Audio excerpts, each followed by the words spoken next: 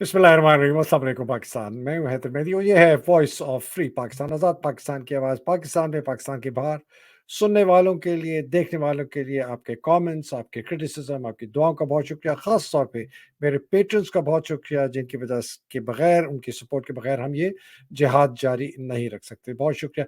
नाज़रीन, आज एक मेरे पास बहुत इंटरेस्टिंग गेस्ट हैं और मैं बड़ा अरसे से रिक्वेस्ट इनसे कर रहा था, तो आखिर उन्होंने मान लिया। ये 25 साल से सहाफ़त कर रहे हैं या कर रही हैं, ये पता चलेगा थोड़ी देर बाद। इन्होंने 3 कॉन्टिनेंट्स में काम किया है, एशिया में किया है, दुबई, मिडल ईस्ट में किया है, नॉर्थ अमेरिका में किया है, टोरंटो में। बहुत सारे अखबारों के साथ इन्होंने काम किया है, पाकिस्तान ऑब्ज़र्वर के साथ, नेशन अखबार के साथ, फ्रंटियर पोस्ट के साथ, गल्फ न्यूज़ जो दुबई में है उसके साथ, फोर्ब्स अरेबिया के साथ, सीएनबीसी जो उसमें दुबई में शुरू हुआ उसके साथ, गल्फ मार्केटिंग रिव्यू, ऑन वोग एक दुबई का मैगजीन है, बहुत ज़बरदस्त ऑफिशियल मैगजीन होता था। और कनाडा में ये काफ़ी अखबारों के साथ, मिड वीक न्यूज़पेपर के साथ, वीकली वॉइस न्यूज़पेपर के साथ, और अब का चंद सालों से ये ई आवाज़ रेडियो के साथ मुंसलिक रही, जिनके साथ मैंने भी कुछ महीने काम किया था, उनके साथ मैंने प्रोग्राम्स किए थे। बहुत ज़्यादा वेल नोन हैं कनाडा में, बड़े सेलिब्रिटीज़ का इन्होंने इंटरव्यू किया है, फ़िल्म स्टार्स का किया है, स्पोर्ट्स लोगों का किया है, बड़े-बड़े प्राइम मिनिस्टर, सदर का किया है, मिडल ईस्ट रॉयल्टी का किया है। आप भी कह रहे होंगे कि ये कौन है जनाब? मेरी आज की मेहमान है शाज़िया मलिक साहिबा। Shazia, welcome to the programme. Thank you very much, sir. Thank you very much for the kind introduction, sir. नहीं शाज़िया, आपका तो ये तो बहुत कम है, मैं तो बड़ा काट के बताया है माशाल्लाह। जी, शाज़िया को बुलाने का मकसद ये था कि शाज़िया की जो नज़र है, ना सिर्फ पाकिस्तान की सहाफ़त और मिडल ईस्टर्न सहाफ़त, लेकिन नॉर्थ अमेरिकन सहाफ़त है, और ये बहुत ही गहरी नज़र इनकी है। तो मकसद बुलाने का ये था कि इनकी क्या राय है जो आजकल पाकिस्तान में हालात हो रहे हैं। तो शाज़िया, चूँकि आप पहली दफ़ा आई हैं, एक सवाल जो है वो ये है कि आपकी नज़र में पाकिस्तान की सियासत और पाकिस्तान की हालत इस वक़्त क्यों है जो कि है, और इसका कोई इलाज है या नहीं?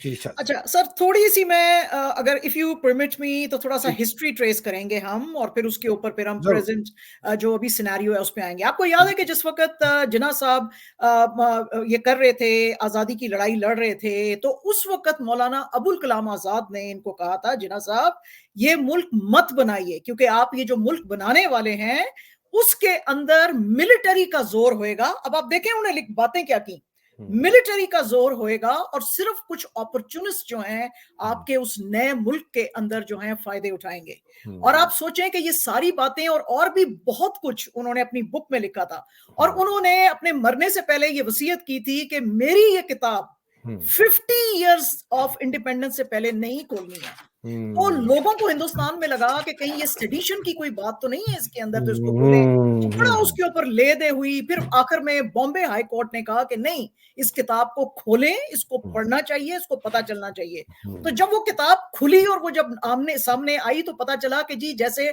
खास तौर पे पाकिस्तान के ऊपर जो उन्होंने बातें कही हुई थी, वो हुँ, बिल्कुल जैसे कल किसी ने जो है वो लिखी हैं, ऐसा ऐसा लगा। हुँ, अच्छा, अब हुँ, जो उनकी सारी बातें थी, आप देखें हुँ, दे हैव कम ट्रू। इस हुँ, मुल्क के अंदर डेमोक्रेसी जो है उसको चलने नहीं दिया जाता है, हुँ, और फिर उसके बाद बहुत सारे ऐसे जो है साजिशें सामने आ जाती हैं, जिसकी की वजह से कोशिश की जाती है कि हर चीज जो कि इस मुल्क को एक अच्छी तरफ, एक डेमोक्रेटिक पैथ के ऊपर लेके जाएगी, हुँ, उसको जो है वो रिटार्ड करने की कोशिश की जाती है। तो सर प्रॉब्लम तो था वहां से ही जहां से के इंटेलेक्चुअल्स ने तो सोचा था कि शायद ये मुल्क जो है ऐसे नहीं चलेगा। अच्छा, बिगनिंग में तो हमें लगा कि शायद जी जिन्ना साहब ने पाकिस्तान बनाया और बिल्कुल अच्छा किया, और अभी जो हालात भी हैं हम हिंदुस्तान में खास तौर पे देखते हैं, हम कहते हैं अल्लाह का शुक्र है, चलो we have our own country, but hmm, there is a way to run the country, right? Hmm, हर हुँ, किसी को अपने इंस्टीट्यूशन को अपनी जगह पे रहना पड़ेगा, हुँ, बच्चों को स्कूलों कॉलेजों में रहना पड़ेगा, हुँ, ब्यूरोक्रेसी को अपने ऑफिसेज में रह के पॉलिसीज बनाने पड़ेंगे, पॉलिटिशियंस को पार्लियामेंट के अंदर रहना पड़ेगा, और मिलिटरी को बैरक्स में रहना पड़ेगा, हुँ, मुल्ला जो है उसको मस्जिद में रहना पड़ेगा।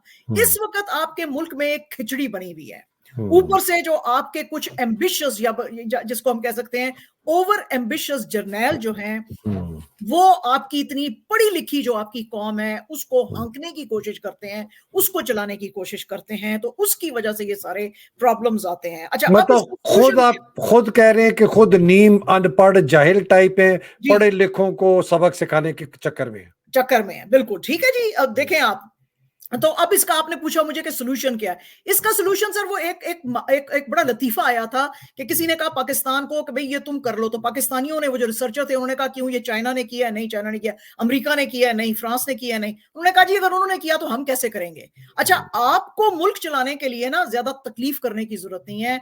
आपके नेबरहुड में इंडिया बैठा हुआ है, आप इंडिया से सीख लें, बिल्कुल कट कॉपी पेस्ट कर लें उनका जो पैटर्न है कि डेमोक्रेसी उन्होंने इतने अरसे में कैसे चलाई है, और वो उसका तरीका क्या है डेमोक्रेसी का, एक सिविल गवर्नमेंट की सुप्रीमेसी कैसे होनी चाहिए, अदालतों को कैसे काम करना चाहिए, मिलिट्री का क्या रोल है, मीडिया का क्या रोल है, उसके ऊपर सब आप बिल्कुल उनको फॉलो करके आप कर सकते हैं। अच्छा, अब आप मुझे ये कह सकते हैं इसके ऊपर कि इस वक्त तो जी हिंदुस्तान के अंदर भी बड़े कर्ब्स चल रहे हैं, गोदी मीडिया है उनका। नहीं, मैं एक सवाल पूछता हूँ इधर ही, जी ये बिल्कुल, बिकॉज आपका सवाल आपका जो ये बात है ये बहुत मानी खेज है, और बिल्कुल इंडिया ने ये मिलिटेंसी जो थी और मिलिटरिज्म जो था, इसको उन्होंने शुरू ही से कब्जा कर लिया। उसकी 3 वजूहात थी शायद, और मैं चाहता हूँ कि चूंकि आप सियासी तारीख की भी बहुत ज़बरदस्त आप माहिर हैं। सबसे पहले ये था कि इनका जो प्राइम मिनिस्टर था जवाहरलाल नेहरू, उसने फौज की जो बालादस्ती थी, सिविलियन जो ऑर्डर ऑफ प्रेसिडेंस होता था कि कमिश्नर सीनियर होगा या मेजर जनरल, पहले मेजर जनरल सीनियर होता था, उसने कमिश्नर को सीनियर कर दिया। उसने कहा जी जो भी मुसावी ओहदेदार हैं सिविलियन में और फौज में, जो सिविलियन इक्विवेलेंट होगा वो सीनियर होगा फौजी से। सबसे जी पहले ये किया। दूसरा, उसने फौज को जो इस्तिस्ना दी हुई थी अंग्रेज की हुकूमत ने 47 से पहले कोर्ट्स के अंदर हाजिरी देने के लिए, उसने वो खत्म कर दी। जी उसने कहा तमाम फौजी एहलकार सिविलियन कोर्ट के मातहत होंगे, तो तमाम के तमाम उनके जो फौजी थे ना वो थे। तीसरी चीज है, वो 15 साल जिंदा रह गया।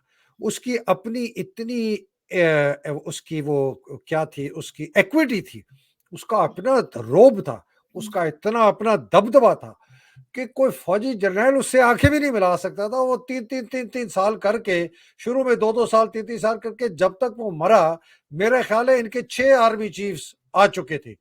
हमारे जब वो मरा 63 में, हमारा एक ही आर्मी चीफ आया था, वो मूसा खान, और अयूब खान अभी तक कायम था। अंग्रेजों को निकाल दे, मैसरवीक और ग्रेसी को निकाल दे एक्चुअली। तो ये एक बहुत बड़ी बात है। इस तो मैं उनकी शुरुआत इस तरह थी, हमारी शुरुआत कुछ और। जी शाह। सर, शुरुआत बिल्कुल आपकी ठीक है, लेकिन कभी भी किसी वक्त भी पलड़ा जो है वो बदल सकता था। बिल्कुल। आपको मालूम ही है कि जिस वक्त इंदिरा गांधी थी और जिस वक्त से पाकिस्तान जैसे कि अयूब खान साहब के जमाने में चल रहा था और सारे मिलिट्री के जर्नैल ऊपर आते जा रहे थे, फिर टिक्का खान साहब आ चुके थे, तो आपको पता है कि 71 की जब वॉर हुई थी, उससे पहले इंदिरा गांधी ने उनके जो जनरल थे सैम मानेकशॉ, उनको बुलाया था और उन्होंने कहा था कि तुम्हारे कोई जैसे पाकिस्तान के अंदर जर्नैलों के एस्पिरेशंस हैं वैसे तो नहीं है।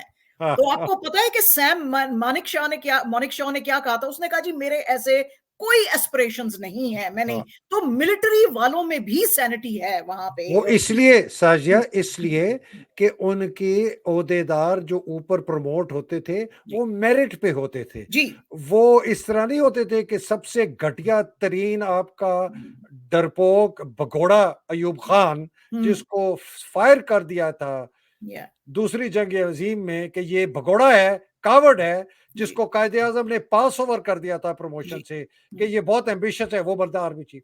आपका जी सबसे कमजोर लेफ्टिनेंट जनरल मूसा खान आर्मी चीफ बनता है। आपका सबसे गंदा अखलाकियात वाला कमजोर याया खान आपका जनरल बनता है। जी तो आप ये सोचिए ना, उनका ये जो मेरिट का सिस्टम है ये या शुरू से ही बैठ। जी जी जी शाह जी। तो बस वही वो सैम मानेकशॉ ने कहा कि जी मेरी तो ऐसी कोई एस्पिरेशंस नहीं है, तो आपको मेरे से डरने की जरूरत नहीं है। और इसीलिए आप देखें कि 71 की वॉर में जिस वक्त उन्होंने पाकिस्तान फौज को घुटनों के ऊपर ले आए, तो उस वक्त बड़ा आपको पता है अमेरिका भी उनको डराता धमकाता था, और जो थी इंदिरा गांधी भी चाहती नहीं थी कि इस तरह का एक्शन ये लोग लेते। उसने बुलाया फिर इनको, तो उन्होंने कहा कि आप बताएं सैम मानेकशॉ साहब, आपकी मेरिट वाली बात पे मैं कर रही हूं कि लोगों के जब मेरिट पे आप लाते हैं तो फिर उनकी जरूरत भी होती है। तो जब इंदिरा गांधी ने कहा कि जब तुम्हें इतना मना किया गया था और अमेरिका भी इतना जोर दे रहा था, फिर भी तुमने ये मिलिट्री एक्शन क्यों किया, और अगर तुम जो है ये पाकिस्तान की साइड पे होते तो क्या तुम ऐसा करते? तो उसने कहा जी हाँ, आपकी साइड पे हूं तो इसलिए आपके लिए जीता हूं, पाकिस्तान की साइड पे होता तो पाकिस्तान के लिए जीता।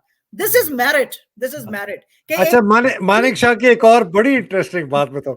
वो by the way Indira Gandhi को स्वीटी कहता था। हाँ, जी जी, मतलब हर किसी को कहता था, हर किसी को स्वीटी कहता था। वो जो थे वहां पे जो जर्नलिस्ट लड़कियां आती थी हाँ, उनको भी स्वीटी कहता था, बल्कि वो पूछती थी कि आप जनरल मानेकशॉ साहब हमारे साथ कोई फ्लर्ट तो नहीं कर रहे? तो वो कहते थे कि नहीं, मैं फ्लर्ट नहीं कर रहा हूँ, दैट्स हाउ आई स्पीक। तो तो हर किसी को जब स्वीटी कहते थे वो। जब जी जी। इंदिरा गांधी ने मार्च में जब ये एक्शन हुआ पाकिस्तान आर्मी का बेचारे बंगालियों के खिलाफ, हम्म। तो इसने उससे कहा कि मैं चाहती हूँ कि हम बांग्लादेश पर अटैक कर जी। दें, ईस्ट पाकिस्तान पे अटैक कर दें। तो कहता है नॉट पॉसिबल स्वीटी। हम्म। उसने कहा क्यों? हम्म। उसने कहा अभी ये टाइम नहीं है, मुझे तैयारी करनी है, मेरे लोगों को करना है, फिर उसके बाद ये मानसून आ जाएंगे, बारिशें शुरू हो जाएंगी जुलाई अगस्त सितंबर में, और हमारे ट्रूप्स बॉक डाउन हो जाएंगे। तो उसने कहा कब? उसने कहा नवंबर और दिसंबर में मैं अटैक करूंगा। हम्म। ये प्रोफेशनलिज्म उनकी जी देखें। जी। हाँ, जी प्राइम मिनिस्टर ने भी उसकी मशवरा मान लिया, और जी। इस तरीके से फिर जाके उन्होंने ये हम्म। नवंबर के एंड में जी अपना जी, काम किया। बिल्कुल है। तो तो सॉल्यूशन सर वही है कि आपके जो नेबरहुड में सिस्टम चल रहा है ना, आप उसको जैसे मैंने अभी कहा कट अभी कॉपी पेस्ट कर लें, तो आप उसको चला लें। कट कॉपी पेस्ट तो ठीक है शाजी। अब हाँ। ये बताएं कि करे ये होगा कैसे? अब तो कब्जा किया हुआ है ना, जी। आसिम मुनीर, हम्म। फौज, बाजवा, पिछले डिक्टेटर हम्म। सब आए। अदलिया पे कब्जा, पुलिस पे कब्जा, ब्यूरोक्रेसी पे कब्जा, मीडिया पे कब्जा, कारोबार पे कब्जा, सिविल सोसाइटी पे कब्जा, जहनों पर कब्जा, घरों हम्म। पर कब्जा, माओ बहनों बेटियों की इज्जतों पर कब्जा। जी इसको छुड़ाएंगे कैसे? जी सर, उसमें फिर हमारे जो पॉलिटिशियंस हैं उनको जरा इस एटलीस्ट इस फ्रंट के ऊपर जो है यूनाइटेड रहना पड़ेगा। And I am telling you, you can quote me and you can write down, अगर ये सब पॉलिटिकल पार्टीज इनके चाहे जितने भी मर्जी झगड़े हैं आपस में, लेकिन जिस वक्त कभी कोई मिलिट्री का डिक्टेटर सिविलियन गवर्नमेंट को हटाने की कोशिश करता है ना, उस वक्त अगर ये सारे जमा हो जाएं और बोलें कि नहीं sir, you are under the civilian rule, आप ये कर नहीं सकते हैं, हम्म, अगर वो इस तरह से करेंगे। आपको पता है कि ये फायदा किस चीज का उठाते हैं मिलिट्री के जनरल? ये हम्म, इसीलिए फायदा उठाते हैं कि इन सारों के अंदर अपॉर्चुनिस्ट बैठे हुए हैं, और वो एक अपॉर्चुनिस्ट को उठा लेते हैं और उसको कहते हैं अच्छा जी तो भाजी बना देंगे ऐसी प्राइम मिनिस्टर, तुझी जड़ा है वे साड़ा साथ दियो। किंग किंग किंग मेकर बने हुए हैं इस वक्त ये मुल्क तो के अंदर। शाहजी ये तो रियलिटी है ना। तीन नाम लेता हूँ। जी। लाडला शरीफ, हम्म। दहशतगर्द कातिल जरदारी, यस। और एक बहुत ही गलीज घटिया तरीन जो अपने आप को मौलाना कहलाता है, फजलू डीजल। ये आपकी अक्कासी करता है, आपकी सियासीदान। इनकी अब सपोर्ट भी कोई नहीं रही। इनका इनके साथ पीटीआई के साथ या इमरान खान साहब के साथ इलाक करना, उसको जलील करेंगे, वो गंदा होगा अगर ये मिलेंगे, बिकॉज इनकी अब सपोर्ट है कोई नहीं। दे जी। Have no support, on ground कुछ भी नहीं है। तो इस रियलिटी को सामने रखते हुए फौज ने हर चीज पे कब्जा कर लिया, बंदूकों की नोक से लगाते हैं कनपट्टी पे। मुझे आपको पता है 12 साल कैद दे दी गई है, फील्ड जनरल कोर्ट मार्शल, कि जी हमने इसका रैंक ले लिया। मेरा रैंक तो फरवरी 1981 में रिजाइन करते उस दिन दे गया था। जी लोगों को डराने के लिए हमने रैंक ले लिया। ओ भाई, रैंक तो तुमने मेरा पहले ही था जब मैंने रिजाइन किया, रैंक एनीवे। जी। तो सर इसके अंदर बहुत सारी चीजें हैं। एक तो ठीक है, मैं ये नहीं कह रही हूं कि उनको अलायंस बनाने की जरूरत है पीटीआई को इनके साथ, but they just have to unite, के कोई डिक्टेटर ना आ जाए उसके क्यों लिए। करे? क्यों उसके लिए। करेंगे? उसके उनका लिए। फायदा है कि इनके साथ दैट्स द जुड़े रहे। Thing, that's what I said कि ये अपॉर्चुनिस्ट है, ये अपॉर्चुनिस्ट है। तो फिर अगर क्या ये किया है? तो अपॉर्चुनिस्ट फिर ना क्या किया है? रहे तो ये ऐसा करें।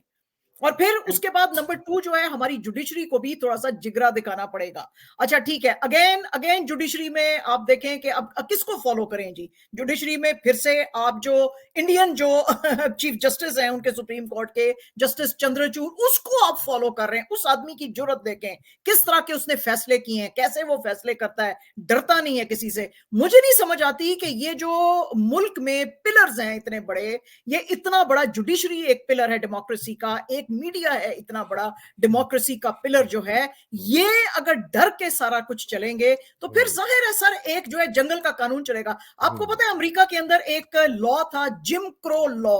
आपको पता है उसमें क्या होता था कि जो काले थे उनको सेग्रीगेट किया जाता था उनकी रेस के ऊपर।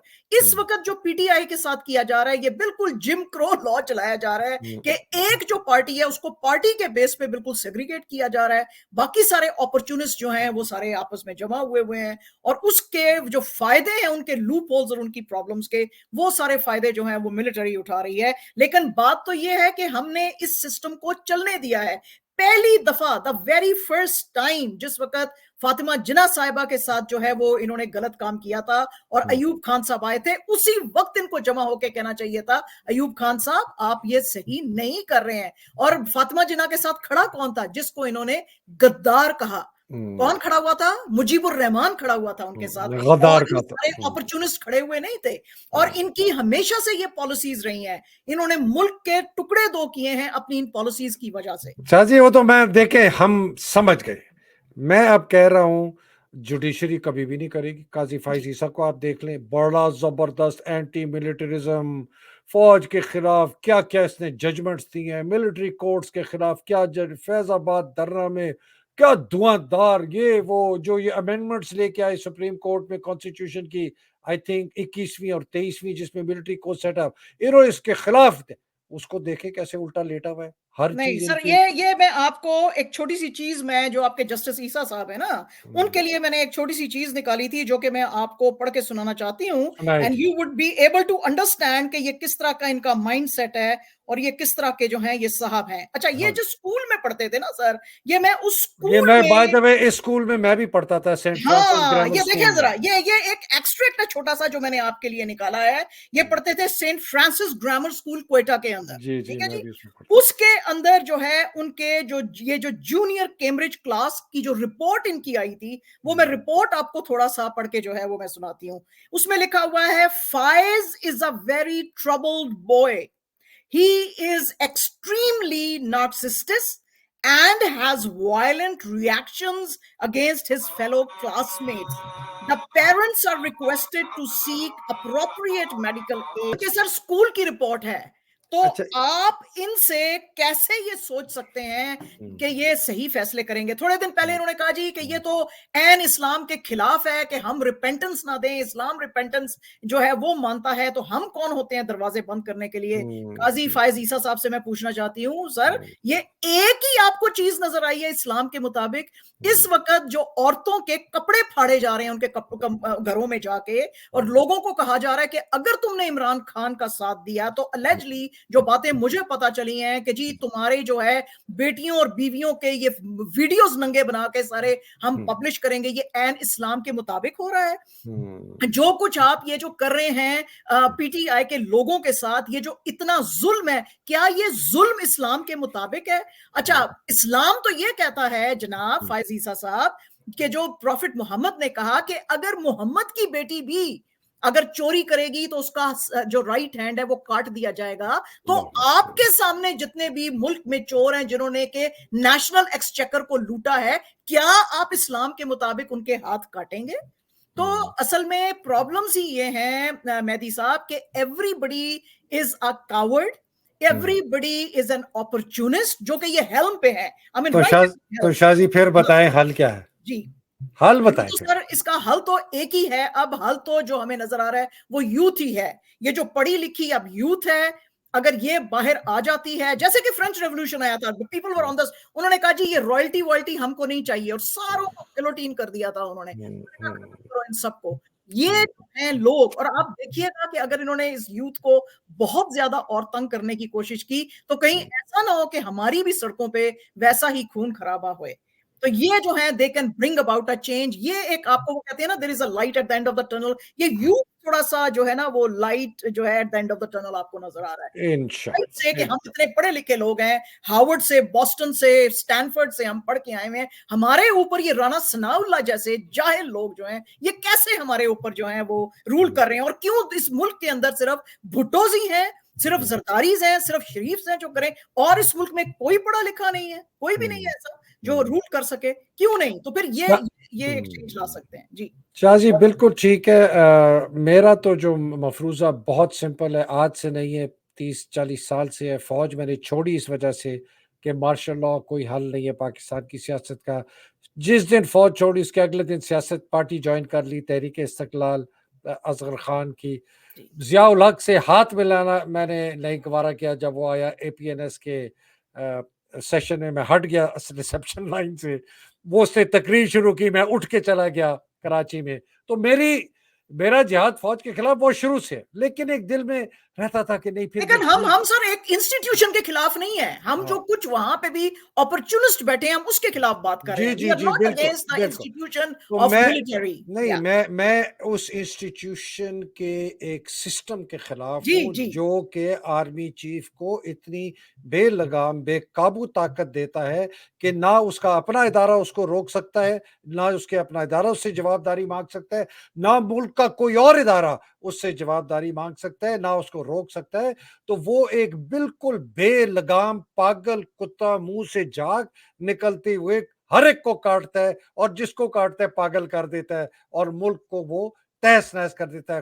तोड़वा दिया आधा मुल्क के कतर में, अब भी उसको आग जलाने के। मेरा तो बड़ा सिंपल है, मैं कहीं और नहीं देखता, मैं ना अदलिया को देखता हूँ, ना मैं सियासतदानों को देखता हूँ, ना मैं ब्यूरोक्रेसी को देखता हूँ, ना पुलिस को, बिकॉज वो सब तबाह हो चुके हैं, बर्बाद हो चुके हैं, कॉम्प्रोमाइज हो चुके हैं। सिर्फ एक वजह से, वो है कि आर्मी चीफ की बेलगाम ताकत, वो कब्जा करता है मुल्क पे, इदारों को तबाह करता है, करप्ट सियासतदानों को लेके आता है, करप्ट कारोबारियों को लेके आता है, और मुल्क को तबाह करता है। I have a very simple construct. Shaji, last comment from you, फिर वील रैप अप। हाँ जी सर, बस यही बात है, आपकी बिल्कुल बात ठीक है। आप बिल्कुल सही कह रहे हैं कि ये जो आर्मी चीफ की इतनी बेतहाशा जो इन्होंने सिपह सालार साहब को, ये जो या पिंडी बॉयज जो है हमारे, इनको जो इतनी ज्यादा बेलगाम पावर दे दी हुई है, या कि उन्होंने खुद अस्यूम कर ली हुई है, इसको रोकने की बहुत ज्यादा जरूरत है। आप देखें कि उसमें फिर अगेन इंडिया की तरफ हम देखेंगे, उनके जो प्रीवियस जनरल थे बिपिन रावत साहब, अगर आपको पता हो कि रात को एक दफा अपनी बहन से मिलने के लिए जा रहे थे, तो वो चूंकि सारा कैंट का एरिया था, तो जिस घर उन्होंने जाना था उनको रोक लिया एक सिपाही ने, इंडियन मिलिट्री का जनरल, उसको रोक लिया सिपाही ने। उन्होंने कहा सर आप कौन है, रात के इतने वक्त हम आपको कैंट के अंदर जाने की इजाजत नहीं दे सकते। ये दूसरी जगह पे थे जहां पे जनरल्स रहते हैं, ये उधर थे, उधर से ये जा रहे थे अपने। उन्होंने कहा कि भाई मैं इंडियन मिलिट्री का जनरल हूं, आई एम बिपिन रावत। उसने कहा सर मुझे नहीं पता, आप मुझे अपना कार्ड दिखाएं, आप मुझे अपनी आईडी दिखाएं। कमाल आप कमाल सोच सकते हैं कि इंडिया कमाल। जैसे बड़े मुल्क का जो सिपह सालार है, उसको एक सिपाही कह रहा है सर मैं आपको अंदर जाने नहीं दे सकता, आप अपना मुझे आईडी दिखाएं।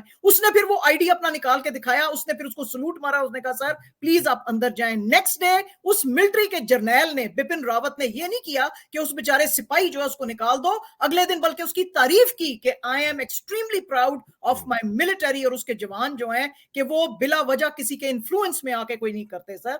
अब आप देखें ना कि ये करेज और ये चीज आप कैसे इनकलकेट करेंगे। वही अगेन मुजीबुर रहमान की बात आ गई, उसने कहा कि जिस वक्त पंजाबी जो हैं थोड़ी सी जुर्रत करेंगे और खड़े होंगे ना इस बेगैरती के खिलाफ, sorry to use this word, जो कुछ मुल्क में चल रहा है, तो फिर शायद कुछ सुधार आएगा। I am a Punjabi myself, but I am very sorry to say कि हमारे पंजाबियों का रोल जो है बहुत ही गलत है मुल्क के अंदर। हम बड़े ही जो है अगेन सेम वर्ड्स आते हैं बार बार, अपॉर्चुनिस्ट हैं, अपने मतलब के लोग हैं, और हम बिल्कुल जो है करेक्शंस जो हैं इस मुल्क के अंदर, हालांकि इतना बड़ा और इतना पावरफुल सूबा है और इसको बहुत ज्यादा रिफॉर्म्स लाने की जरूरत थी, हमने कुछ भी नहीं किया सर। हाँ, ये बहुत अच्छी आपने बात की। और बाय द वे ये वली खान ने भी कहा था जब उसको अरेस्ट किया हुआ था ना, वो उसके खिलाफ बगावत था, उसने कहा था कि जिस दिन पंजाब उठेगा ना तो ये फौज काबू आएगी, वरना नहीं आएगी। मैं इंडियन जनरल की एक और बात सुनाना चाहता हूँ। इनके एक जनरल होते थे, जनरल वीके सिंह। जी जी जी वीके जी सिंह 2012 में उन्होंने कहा कि जी मेरी जो तारीख पैदाइश है ना वो 1951 है, 1950 नहीं है, और ये मेरा मैट्रिक का सर्टिफिकेट है, इसके अंदर ये है। तो जो उस वक़्त डिफेंस मिनिस्टर था, और उसका मतलब ये था कि उनकी जो आर्मी चीफ का दौरानिया है वो 1 साल बढ़ जाता। डिफेंस मिनिस्टर सिविलियन एंटनी उसका नाम था, जी, क्रिश्चियन, जी, जी, जी। उसने क्रिस्टन रद्द कर टेको दी। या उसने रद्द कर दी। उसने कहा बकवास थी, ये तुम्हारा जो ओरिजिनल तुम्हारी जो कांग्रेस डेट के ऑफ ज़माने में थे वो। जी, जी। हुँ। तुम्हारी जो ओरिजिनल डेट ऑफ बर्थ है, जब तुमने फौज में भर्ती की थी, वो थी मार्च 1950 की, तो उसी से हम कर रहे हैं। ये तुमने मैट्रिक का बाद में पता नहीं कहाँ से ले आए 51 की। हुँ। तो इसने केस फाइल कर दिया, सुप्रीम कोर्ट में चला गया।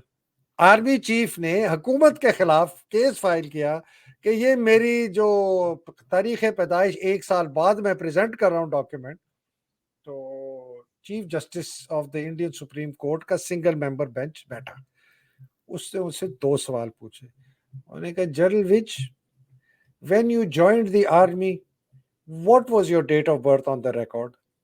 उसने कहा, जी मार्च 1950। उसने कहा, जनरल विच, जब आप आर्मी चीफ प्रमोट हुए, वो किस बेसिस पे आपकी डेट ऑफ बर्थ थी? उसने कहा, जी 1950। उसने कहा, जी केस डिसमिस्ड, आप घर जाए। आपका 1951 का मैं डॉक्यूमेंट मानता ही नहीं हूँ, बिकॉज आपकी तमाम जो ये पावर है इंडियन सुप्रीम कोर्ट की, जी। इस तरह उन्होंने काबू किया। जी, शाह जी जी। बहुत, जी जी जी जी, बोलिए बोलिए।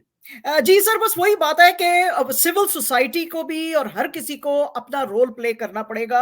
अगर नहीं करेंगे तो नहीं चलेगा। अब आप देखें कि जैसे अभी थोड़े दिन पहले 25 दिसंबर को मोदी जी जो हैं, उन्होंने क्रिश्चियंस को कुछ को बुलाया, क्योंकि आपको हम्म, पता है कि हिंदुस्तान के अंदर काफ़ी उनके हम्म, चर्च वगैरह जलाए गए, उनको हम्म, भी जो है काफ़ी सताया गया। वो जो हम्म, कन्वर्जन्स हैं, उनके हम्म, ऊपर काफ़ी उनको खींचा जाता है हम्म, वहाँ पे हिंदुस्तान में अब इस वक़्त। तो उन्होंने कुछ क्रिश्चियंस को बुलाया और उनको कहा जी कि नहीं, हम आपसे बड़ा प्यार करते हैं, और क्रिसमस की एक पार्टी दी। हम्म, आपको पता है कि yesterday, just yesterday, 3000 Christians they protested against. कितने शक्तिशाली हैं मोदी जी। आपको पता है कि सबको उन्होंने चुप कराया हुआ है। एंड वो जो नारा है, नॉट इन माय नेम, उन हम्म, सब क्रिश्चियंस ने कहा है not in our name, not in hmm, our name. ये जो क्रिश्चियंस जाके मोदी जी से मिले हैं, ये अपॉर्चुनिस्ट हैं। हमारे ओहो, साथ जो क्रिश्चियंस के साथ इस मुल्क में किया जा रहा है, हम गद्दारी होगी। उसको बिल्कुल कंडेम करते हैं, और वाह हम वाह। बिल्कुल मोदी जी की ये पॉलिसीज हम्म, को एंडोर्स नहीं करते हैं। अगर उन्होंने हम्म, एक अपॉर्चुनिस्ट टोला उठा के उसको बुला लिया और क्रिसमस की पार्टी दी है, so not in our name. तो क्या सर, बात है। इस तरह की करेज जो है ना, वो आनी पड़ेगी सर सिविल सोसाइटी इंच के अंदर, इंच खास तौर पे पंजाबियों में। शाह जी, यही हमारी जिहाद है। ये जो मैं रोज दिन में 2-2 दफा करता हूँ, मैं 16 17 18 घंटे काम करता हूँ। 68 साल मेरी उम्र है। नींद मेरी मुश्किल से 4-5 घंटे होती है। लोग कहते हैं आप किस लिए करते हैं? मैंने कहा इसलिए करता हूँ हम्म, कि हमारे कौम में जुर्रत आए, हमारी हम्म, कौम की रीढ़ की हड्डी के अंदर कोई पक्की हड्डी आए, हम्म, हमारी कौम के दिलों और दिमागों से खौफ हटे। हम भी आंखों से आंखें मिला के फौजी जरनैल की आंख में डाल के देखें कि तू कुछ भी नहीं है, तेरा कोई हक नहीं है इस मुल्क पर कब्जा करने का, तेरा सिर्फ हक है इस मुल्क का दिफा करने का, बैरूनी मुल्कों का। चले इंशाल्लाह, फिर मैं तो कोशिश करूंगा कि आप हर हफ्ते आ सके तो बड़ा अच्छा होगा। अल्लाह I सुब्हान can ताला। most certainly, sir. The pleasure is going to be all mine, and it's going to be my honor. अगर आप मुझे देंगे मौका, बिल्कुल I'm definitely, I'm हो very गया। happy. अब आपने वादा कर लिया पब्लिकली, ठीक है जी, ना? अब जी, जी, आपको जी, आना जी। पड़ेगा। नहीं, नहीं, बहुत बिल्कुल, एब्सोल्युटली, बहुत एब्सोल्युटली सर। थैंक यू बहुत sir, thank you very much. बहुत एक शुक्रिया मैं शायद। सारों को जाने से पहले बस ये कहती हूँ कि न्यूयॉर्क टाइम्स में जिन्ना साहब के ऊपर एक आर्टिकल आया था बड़ा अच्छा, जरा वो पढ़ लें और थोड़ी सी शर्म कर लें और देख लें कि तुम्हारा लीडर कैसा था और तुम कैसे हो। ये पाकिस्तान में आज तक कभी किसी ने ऐसा आर्टिकल नहीं लिखा जो न्यूयॉर्क टाइम्स में आया है। ये कब का This है? came कब some का है? time back. I believe it came a year and a half back. ठीक है। एंड न्यूयॉर्क टाइम्स का वो जरा पढ़ें आप, आपको पता चले कि आपका लीडर क्या था और आप क्या बन गए। वो जो उलामा इकबाल ने कहा था ना, ये वो मुसलमान हैं जिन्हें देख के शर्माए यहूद, ये वही मुसलमान है, ये वो वाले ही मुसलमान है। ओए होए। तो हाँ जी, हाँ उफ, जी, तो जरा बहुत तो ज़्यादा। जरा सीख लें कुछ, थोड़ी सी सीख ले लें किसी से। शाजी बहन, मुझे ना ये आर्टिकल का लिंक भेज दें, मैं भी कोशिश करता हूँ उसको मैं डिस्क्रिप्शन जो है ना इस इंटरव्यू के डिस्क्रिप्शन में मैं डाल दूंगा। बहुत शुक्रिया। I will send you, I will Allah send. Subhan ताला आपको, आपके अहलियाल को, आपको प्यारों को, सबको हिफ्ज़ व अमान में रखे। जो हम आप जैसे लोग पाकिस्तान से बाहर हकीकी आज़ादी की जंग लड़ रहे हैं, लोगों में कईयों को शर्म दिलवा रहे हैं, कईयों को हिम्मत दिलवा रहे हैं। हमारे काविश हक का अल्लाह सुब्हान ताला और हमें जोश दे, वलवला दे, और जो बेचारे मुसीबतों में हैं, कैद में हैं, टॉर्चर में, बहुत बुरा हाल है शाहजी पाकिस्तान में, ख़ास तौर पे ख़वातीन का, और बेचारे बूढ़ों का 10 से लेकर 30,000 तक का फ़िगर है, कैद में है। इमरान खान बेचारे को 200 के अंदर को तुना हुआ है, उसका कोई ना उसकी सुनवाई है। इन सब की मुश्किलें आसान करे, और जो बेचारे शहीद हो गए अल्लाह सुब्हान ताला उनके दर्जात बुलंद करे। बहुत आमीन, शुक्रिया। आमीन। थैंक यू पाकिस्तान सर, ज़िंदाबाद, thank you. All the Pakistan best जी, थैंक फ़ाइज़ाबाद, यू, बाय-बाय। इलाही आमीन। अस्सलाम वालेकुम।